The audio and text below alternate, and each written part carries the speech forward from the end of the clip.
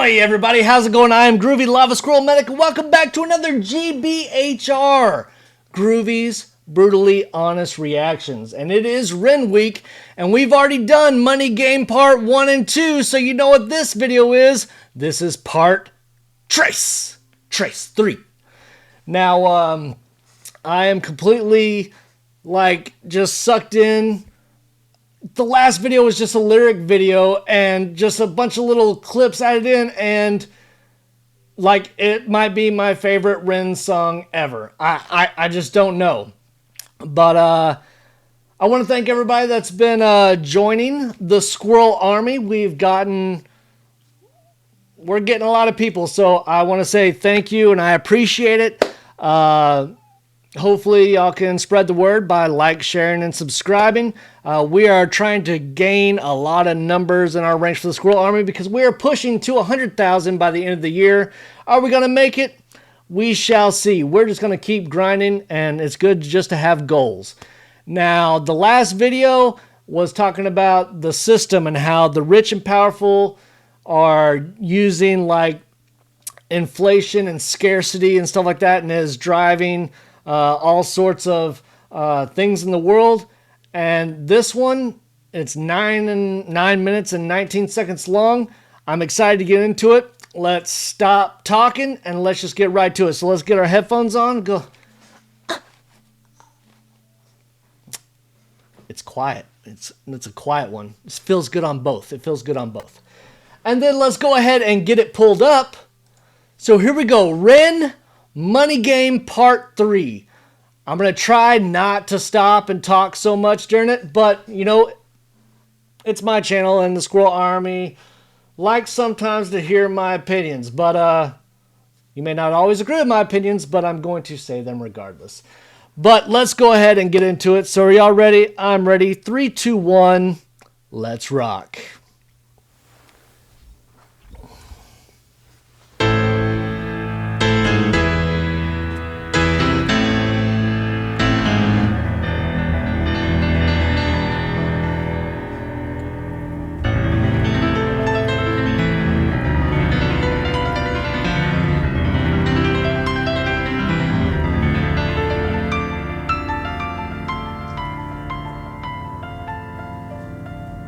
I think that's see-through. What do y'all think? Yeah?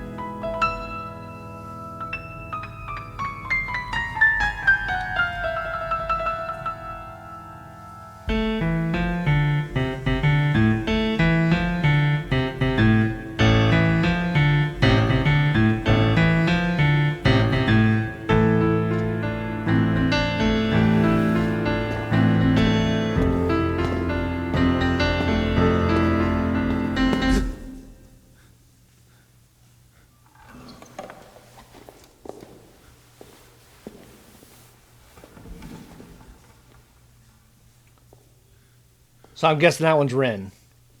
Maybe. Probably. That would make sense.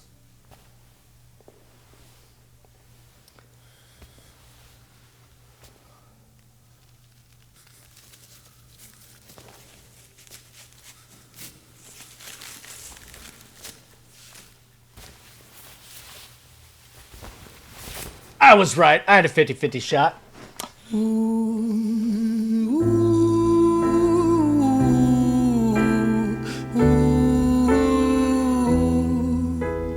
That's just haunting right off the get-go, man. I know y'all can't see it, but I got chill bumps just from an ooh. And I'm like, oh, fuck, I love these songs.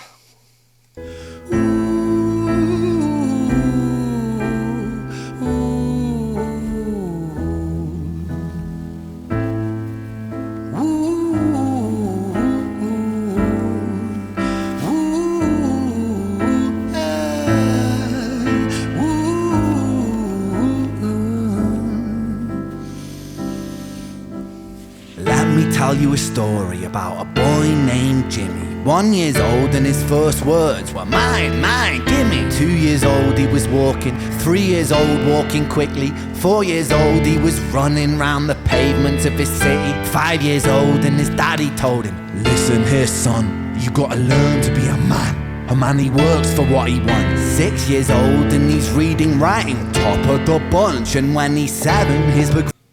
Wait, that's not bad advice, right? Like, you have to work for what you want.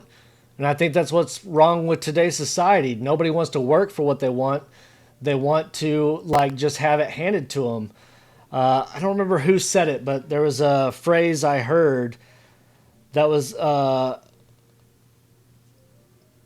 everybody wants to get to heaven, but nobody wants to have a painful death. So they want to have all the spoils and stuff, but they don't want to go through the process of getting there. No, it doesn't have to be painful, but I'm saying they don't want to live through death to get to heaven.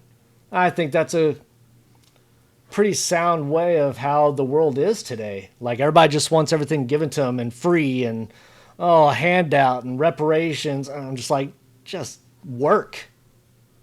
But see, this is what happens. I stop it and I talk and yeah. Aggression made him student number 1.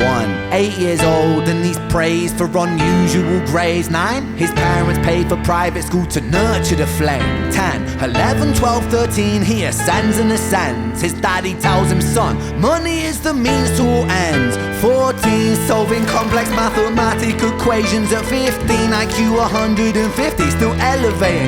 16, he develops complex software code that detects weaknesses in cybersecurity protocols. 17 and he sells his vision, keeping the share. Not yet an adult, but he's practically a millionaire. 18 and his daddy tells him, now you're a man. This world don't give a damn about you, so take all that you can. 19, he turns a profit, stocks and shares, invest in product. 20, double down deposits. 21, his income rockets. 22, he learns the truth is just an obstacle to wealth. If you manipulate the data, then the lie will sell itself. 23, a life of... Now, I don't agree with that. I think you should work for everything you get and you need to keep pushing, but honest work. I don't believe in, like, false advertising or fudging numbers or any of that stuff. Like, you should work for what you get, and I think the people that work hard should get more than what people that don't work hard. Like, that's just how life is. And I don't think it should change. Of luxury, crystal and cocaine. 24, he makes the Forbes list, they're applauding his name. 25 and his daddy tells him, listen here son, while you're sitting in that palace, that don't mean that you won. 26, a business shift, he switches business to arms. He's 27, dealing nuclear and shells in Iran. 28, inside the Senate, money bought him a seat. He's 29, a role of counsel in the president's suite. Now he's 30, his daddy says you're losing the race. You're just a servant to the king, not even in second place. 31, a big maneuver for his daddy's approval, moving imports over borders from the exports out of Cuba. 32, moving grams, growing kilos to tons. He's 33, filling warehouses with powder and guns. 34, turf war with nobody to stop him. Jesus Christ, that took a wild turn. It went from, like, he was getting smart, he started a business, he started making money and all that stuff, and now he's like a coke dealer? What the Blind eye from the po-po inside of his pocket.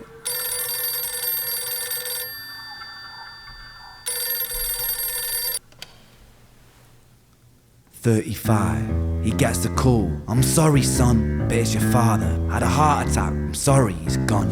36, getting pissed off, abusing his product. 37, eyes glazed, disposition demonic. 38, with a prostitute, a moment of passion, heating up a silver spoon and then chasing the dragon. 39, getting reckless and hungry for power. Daddy's words are still driving him to kill and devour. Makes a move against the cartel, but the strategy's flawed. They retaliate and leave him in a hospital ward. A bullet buried in his vertebra and one in his leg. The doctor sighs and says, I don't think you'll be walking again. Fuck.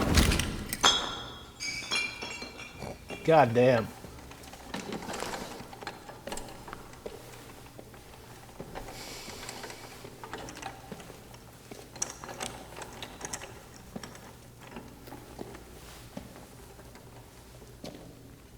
his alliteration. I was watching this person's life flash in front of my eyes, and it was just building.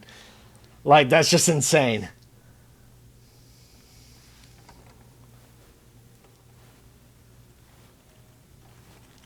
Let me tell you a story about a boy named Jimmy. He was 40 and he cursed the words, mine, mine, gimme. 41 he wasn't walking, 42 not walking quickly, 43 never running round the pavements of his city, 44 inside a palace with a mountain of gold. But those riches turn to rubble and perspective evolves. Weighing heavy on his conscience is the value of gold. Lamborghini for a life, trading money for souls. Jimmy followed the code inside the land of the free. Put your hand inside the cookie jar, take more than you need. And his example is exaggerated versions of me. And it's a version of him, and it's a version of she, and it's a version of you. There's no escaping the blame. The way we live is parasitic. Fuck the money and fame. Call the music. I'm going to save my stuff for the very end. This isn't entertainment. This is real life. The way we live is lunacy. Community, it declines. Hyperpolarized, always fighting, then we divide. Truth is less important than the money that we designed. Money's an invention. Politics from our invention. They all come from people's ideas. Did I mention? Border's an invention. Law and order fuel the tension. It leads to people killing each other. My solution?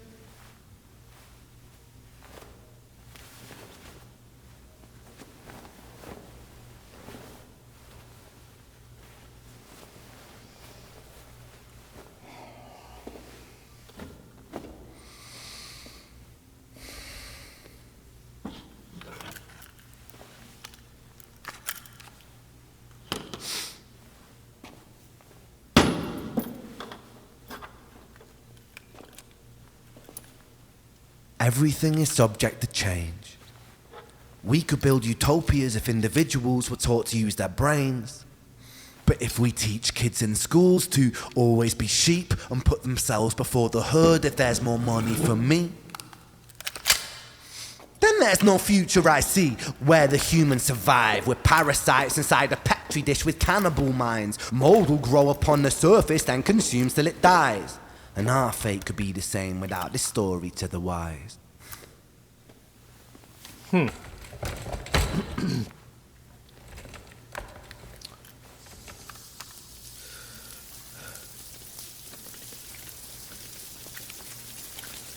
45.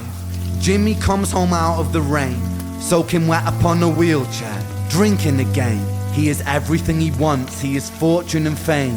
He's a fortunate fool with an unfortunate fate. With a 45 caliber aimed at his brain. 45 a fitting number cause his age is the same. Here's the words of his father, it's such a damn shame. Then he presses on the trigger of a money game.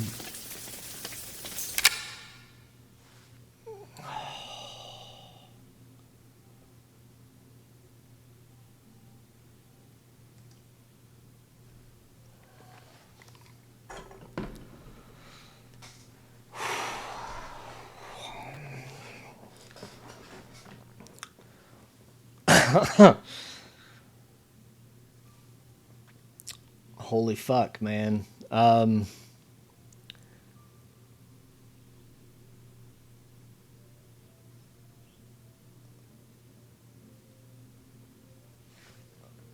Words. Come on, words. That...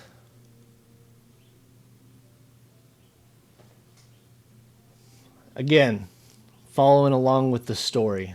Just following along.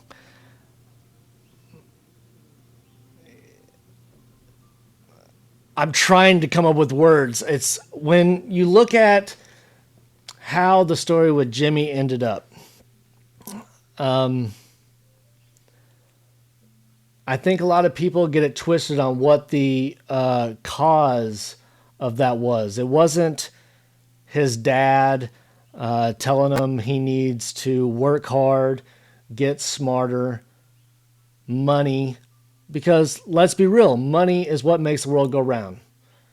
Does money solve problems? It solves some problems, but there's always more problems that come along.